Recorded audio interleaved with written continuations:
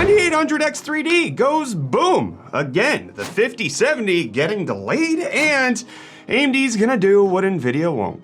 Give us all the things we want. Let's get into the hot news, everybody. I'm your Brett host. We're gonna be going over the hottest tech news I can find on the internet while you enjoy your breakfast this Thursday, February 13th, 2025. And I'm gonna start off by reminding you that at the end of this month, we have our PC giveaway of the RTX 5090 PC with a 9800X3D. Hopefully that one doesn't explode, but you can come check out our Twitch channel, which is where we're gonna be hosting the giveaway, twitch.tv/UFD Tech. And in fact, I was finally able to buy the third-party 5090 that I wanted to put in this. Newegg gave me a special link for being a longtime customer. It was nice. It is the MSI Gaming Trio 5090 that's gonna be going into the giveaway PC with the height Y70 Taro Milk, as well as 96 gigs of RAM. It's a beautiful system. We love giving it away. Come check us out over on Twitch in order to find out the details on that. But the 9800X3D is in a little hot water now because there have been previous reports of this thing going boom, okay? That has happened, but previous indications seem to have been that it was user error of misinstalling the CPU because there was plastic bits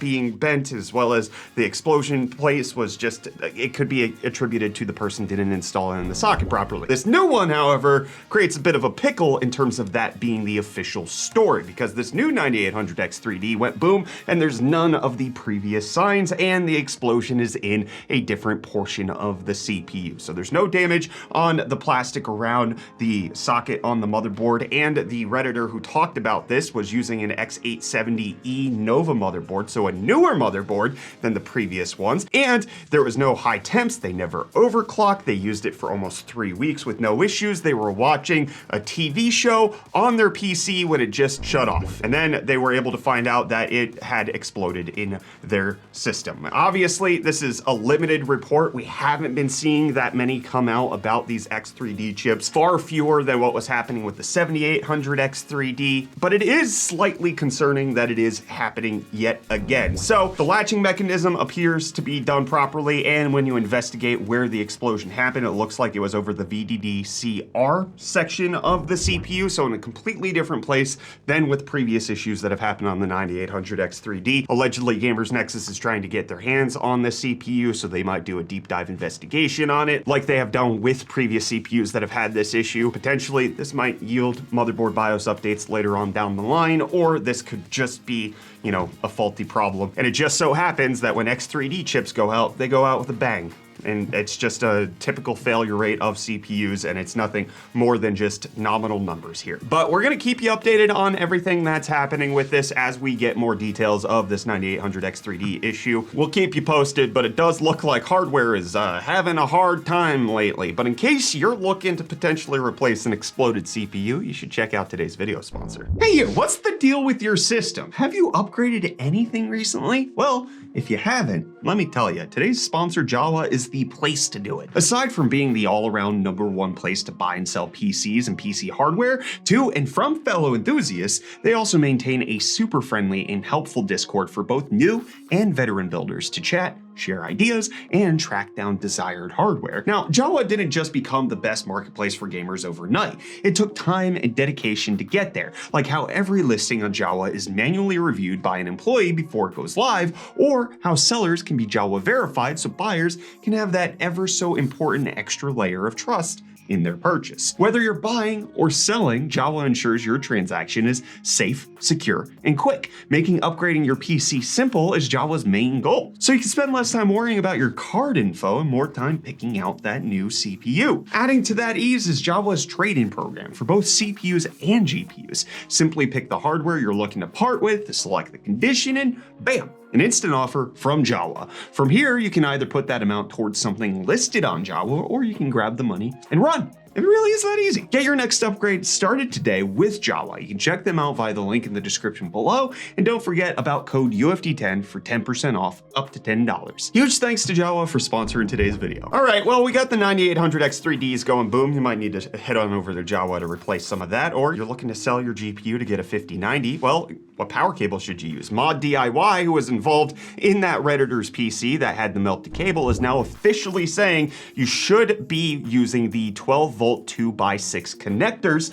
because they have different changes in them that will make them safer for use with the RTX 50 series, and that anybody who has the previous connector should theoretically upgrade to this in order to take full advantage of the enhanced safety and performance features offered by the new standard. Now, the question comes up, which a lot of people pointed out, technically there is no standard difference between the 2x6 and the original 12-volt high-power connector, to which Mod DIY does have an answer for that, saying that just because there's no change in the specification doesn't mean that the cabling exactly is the same. There are actual changes that they made to their specific cable that offer better features, superior performance, enhanced durability, improved materials, more attractive designs regardless of specification changes. So there are enhancements that are made to the cable that could potentially be alleviating some of the melting issue, but it's very complicated. We actually don't know why it's happening. A lot of you pointed to BuildZoid over at Actually Hardcore Overclocking and his analysis as to what is happening with the cables and how there's not enough shunt resistors to be able to indicate what exactly is going on with the cable. It just appears like one bit of amperage load looks like the same, whether it's spread across one wire or all 6 wires. It makes no difference to the GPU, and there's no safety mechanism, which is great to explain what happened, but it doesn't explain why it's happening, which is the issue that we're currently in right now. We can understand what happened, the failure of safety mechanisms that are in place that are causing the melting wires to actually happen on the RTX 5090, but this doesn't diagnose why did it happen to some cables and not to others. Pointed out in yesterday's episode of Hot News that there are just as many, if not more, tech outlets showing that their 5090s are running at proper amperages. And even channel sponsor Falcon Northwest doing their own deep dive investigation across multiple different systems with multiple GPUs, with multiple power supplies, and finding that they have no issues like this, showing all of the temperatures of their cables. These numbers are in Fahrenheit, so don't freak out. It's not the same as der Bauer's because freedom units are very different from Celsius. But Falcon Northwest testing is just as precise as what der Bauer did, but across a wider range of products.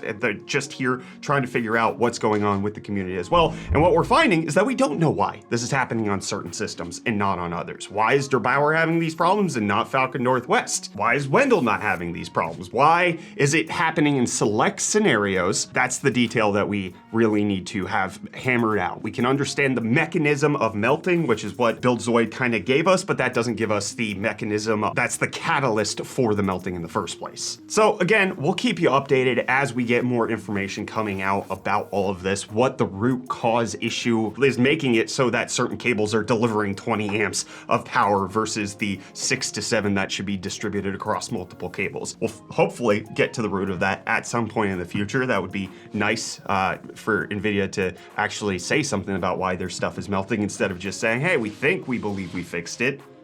But again, we'll keep you updated as things move forward. But in case you're trying to save up for 5090, 5080, who knows? Reece is gonna save you some money on tech stuff. Yo, welcome back to UFD Deals, bringing the hottest tech deals out on the internet. Happy Thursday, everyone. Hope you guys have had a good week so far, and let's jump into the deals today. Starting off, we have this EpoMaker Dynatab 75, which is a wireless hot swappable gasket mount mechanical keyboard available in this retro red colorway with sea salt silent switches for only $27.99, making it $12 off. But then if you want to stick to a brand you might know better, you can grab the Corsair K60 RGB with this 10 keyless optomechanical wired gaming keyboard going for only $49.99, making it $40.26 off. And then lastly today we have the Logitech Yeti Studio, which is their answer to mics like the Shure SM7B, which you can pick up for only $244.99, making it $105 off on clearance. And hey, with that, the deals are done. You can find these and more linked in the video description down below. But until next time, I'm gonna hand you off back to Brett for the rest of your hot news. Cheers. Well, Reece, it turns out that no matter how much money Nvidia makes, it's never enough for them to not at least undermine AMD, because reports are coming out that the 5070 is having its release date slipped in order to just rain on AMD's 9000 series launch parade. The details are that instead of launching in February, the 5070 will come out sometime in March with no specific release date, with the 9000 series also not having a specific release date from AMD. And this kind of lines up with other information that we've been hearing. Allegedly, the 5070 Ti review samples have been going out to partners,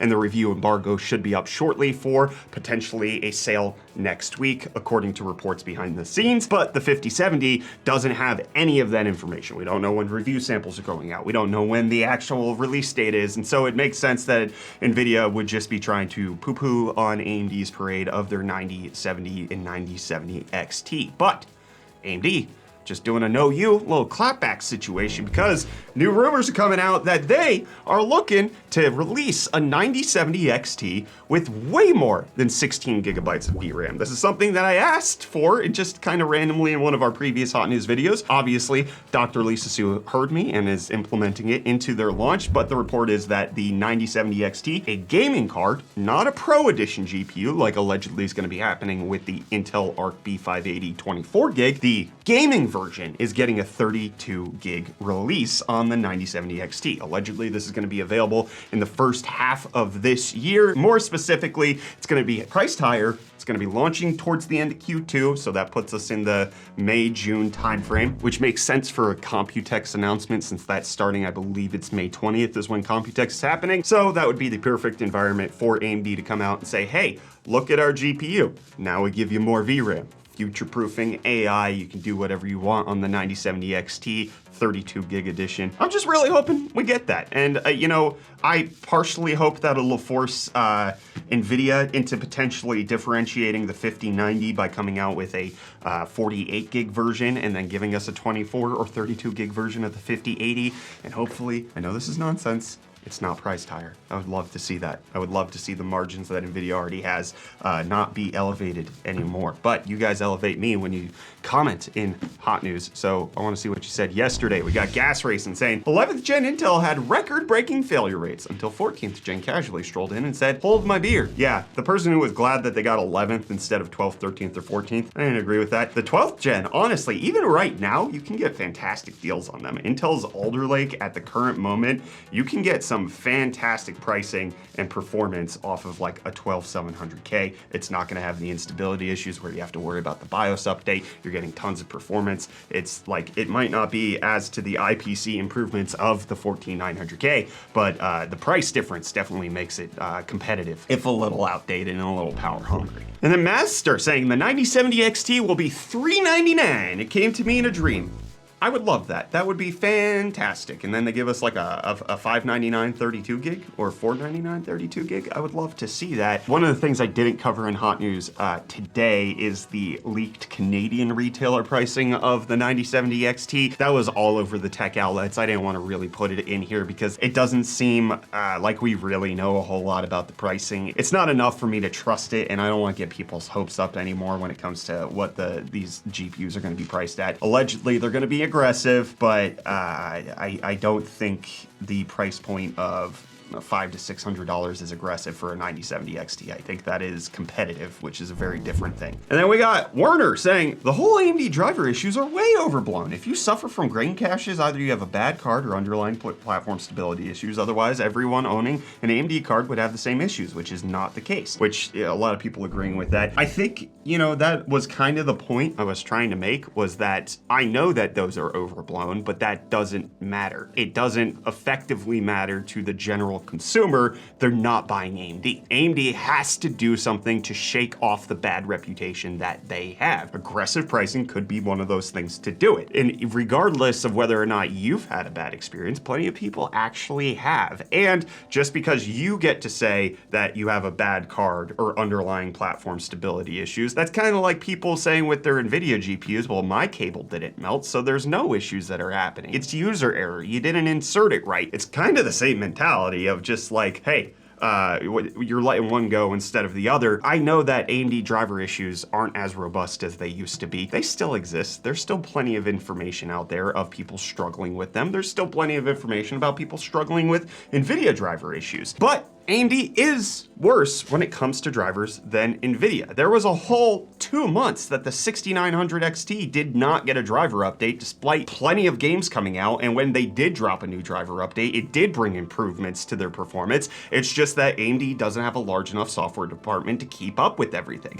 They stopped releasing for the RX 6000 so that they could prioritize the RX 7000. Nvidia doesn't do that kind of stuff. They release it all together because they have a more robust driver department. So regardless of whether or not people are having crashing, people are having stability issues, there are substantial differences between the two companies when it comes to their ability to deliver software. Same thing with Intel. They're another step below AMD when it comes to delivering driver. My experience on the Intel Arc B580 was actually perfectly smooth. I didn't have any issues on the B580. I didn't have any crashing. I didn't have any problems, but I also know I shouldn't trust for day one drivers for every single game that's coming out, even if it is popular, because they've had things like Starfield day zero driver support promised and then not delivered on it. And it's those type of things that happen consecutively over a duration of time that give companies bad reputations. And AMD might not have to fight bad drivers, but they do have to fight their bad reputation, because in some ways they have earned it. Even if they have fixed those issues, the stain of those issues stays with them. And we're seeing that right now with Intel, with their CPUs. People just don't talk about the Ultra series. Even me, I was just talking about the 12th, 13th, and 14th gen. As I was saying all of that, I was like, Brett, you're leaving out the newest generation. And I was like, yeah, but I'm not gonna talk about it because it's just, people aren't gonna buy the Ultra 7s, Ultra 9s, and Ultra 5s right now. It's just not part of the culture. People just don't want it because of all the problems that were happening with the 13th and 14th gen. And then when the Core Ultra 200 series did drop, they also had performance issues. Intel has stained their reputation as being a dependable CPU company. And so it's creating problems that they're gonna have to deal with for a very long time. They're going to have to struggle through that, just like AMD is having to struggle through right now. And if you continue to go down the same strategy of pricing things where you price them and not really changing it, you end up in a situation where AMD has less than 10% market share in the GPU space. Regardless of how much we want to debate whether or not they still have problems, people don't buy them. And in order to get them to buy them, they have to change something. And then Noel saying, me sees AMD getting aggressive, instantly clicks. AMD promises to be aggressive with their pricing. Sorta. Maybe. Damn you, AMD, give us individual numbers. Please, I'm sorry, I don't mean to yell. AMD, I just feel like you're stringing me along. It's getting frustrating. Welcome to every single GPU launch under Lisa Su. This was a comment that was on an episode of Hot News a while ago of like, you're forgetting about all of these other GPU launches that AMD had when they were super competitive. And they were just before Dr. Lisa Su. Everything that's happened under Radeon since she has taken over has gotten the GPU side to be less and less impactful in the general market. Not in terms of price to performance, not in terms of the value that I think they bring, but in terms of market share, they are decreasing, and it's not good. And the real David X3D saying, waiting for that one board partner to just use good old dual 8-pin PCI Express connectors. That's not gonna happen. Nvidia would shut them down so fast. You're not allowed to have non-16 pins on the higher end cards, and Nvidia would stop supplying them with GPUs. They would never be able to release them. It would be a problem for that. So that's why we're not seeing it. Allegedly, the 5060 and 5060 Ti are going to have the 6 and 8 pin connectors because Nvidia allows that. But unless Nvidia changes something internally, we're not gonna see that from a third-party company unless they never wanna work with Nvidia again. And I don't wanna work on this episode of Hot News anymore. I'll be back for more of the hottest tech news tomorrow, so we'll see you then.